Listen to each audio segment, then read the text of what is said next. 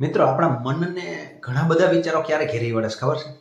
કે જ્યારે સમજી લો કે કોઈ ઇન્ટરવ્યૂ છે, કાલે તમારું ઇન્ટરવ્યૂ છે, તો તમારા ઘણા બધા વિચારો તમારા મનની અંદર ઘેરી વળે. એવું જ સમજી લો સેમ વસ્તુ કાલે એક્ઝામ છે, તો પણ ઘણા બધા વિચારો તમને ઘેરી વળે. પછી સમજી લો કોઈ કાલે મોટી ડીલ થવાની છે કે જેનાથી મોટો ફાયદો થવાનો હોય બિઝનેસમાં, તમારા વિચારો ઘેરી વળે. હોઈ શકે કોઈ યંગ છોકરો કે છોકરી મળવા આવવાના હોય ને એનું કંઈક ફાઇનલ થવાનું હોય તો તમને ઘણા બધા વિચારો આપણને ઘેરી વળે. તો આ બધા વિચારો આપણને આટલા બધા વિચારો આવે કેમ? તો કે આપણે એ જ્યારે ઇન્ટરવ્યૂની વાત કરીએ કે એક્ઝામની વાત કરીએ ત્યારે એને એવો અંદરથી એક ડર લાગે. શું લાગે? કે ઇન્ટરવ્યૂમાં મને બરાબર પ્રશ્ન પૂછશે, એક્ઝામની અંદર મને આવડતા હશે એવા જ જવાબ મળશે, વગેરે વગેરે. આવી રીતે આપણું મન વિચારવાનું ચાલુ કરે અને એના કારણે અંદર એક ડરનો માહોલ ઊભો થાય.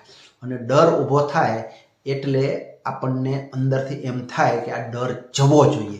હવે આ ડર જાય કેવી રીતે? આ ડર જવા માટે આપણું મન ફરી પાછું વિચારવાનું ચાલુ કરે અને એક એવા મોડમાં જાય કે આ એક્ઝામ જ ના હોય તો કેવું સારું. આવું તમે સાંભળ્યું છે ઘણા બધા લોકો પાસેથી, છોકરાઓ પાસેથી, કે કંઈ મોટાની બી એક્ઝામ હોય તો એવું થાય કે યાર એક્ઝામ પ્રથા ના હોય તો કેવું સારું.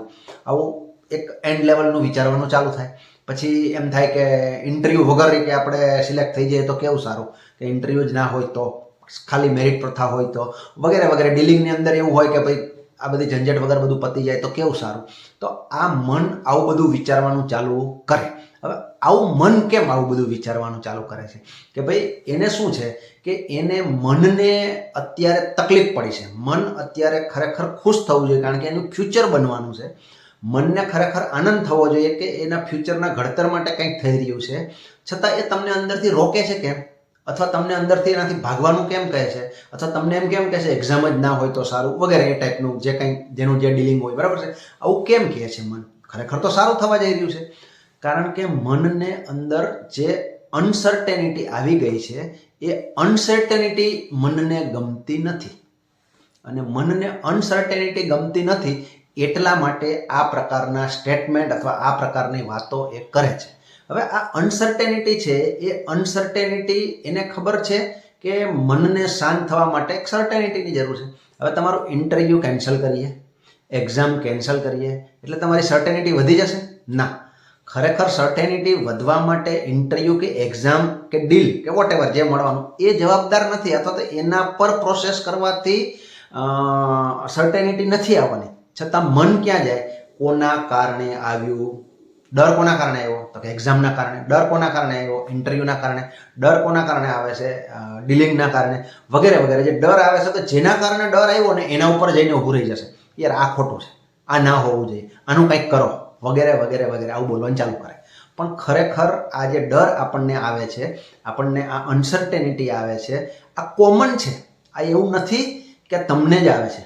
મોટા મોટા લોકોને, તમે જેને ગણો છો કે બહુ સક્સેસફુલ લોકો છે, એની અંદર પણ આવું જ હોય.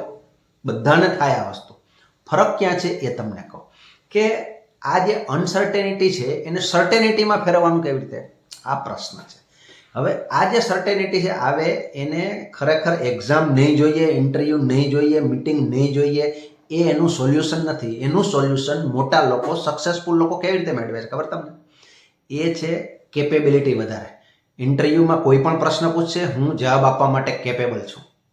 ડીલિંગ ગમે તેવી થશે, ડીલિંગને હું ક્લોઝ કરવા માટે, ડીલ ક્લોઝ કરવાની બિઝનેસની અંદર, તો ડીલને ક્લોઝ કરવા માટે હું કેપેબલ છું. આ મનને સર્ટેનિટી આપવાની છે. આ સર્ટેનિટી આપશો તો શું થશે? મન શાંત થશે, ઓવર થિંકિંગમાંથી બહાર નીકળશે અને એકદમ કોન્ફિડન્સ સાથે આગળ વધશે. તો આપણે ખાલી એટલું જ કરવાનું છે અત્યારે કે કેપેબિલિટીને વધારવાની છે.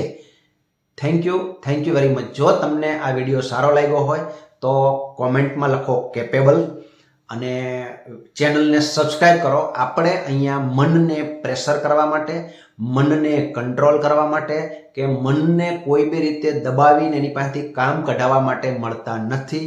અહીંયા ફક્ત ને ફક્ત આપણે મનને સમજીએ છીએ અને એક રાઈટ ડાયરેક્શનમાં આગળ વધીએ છીએ. Thank you very much.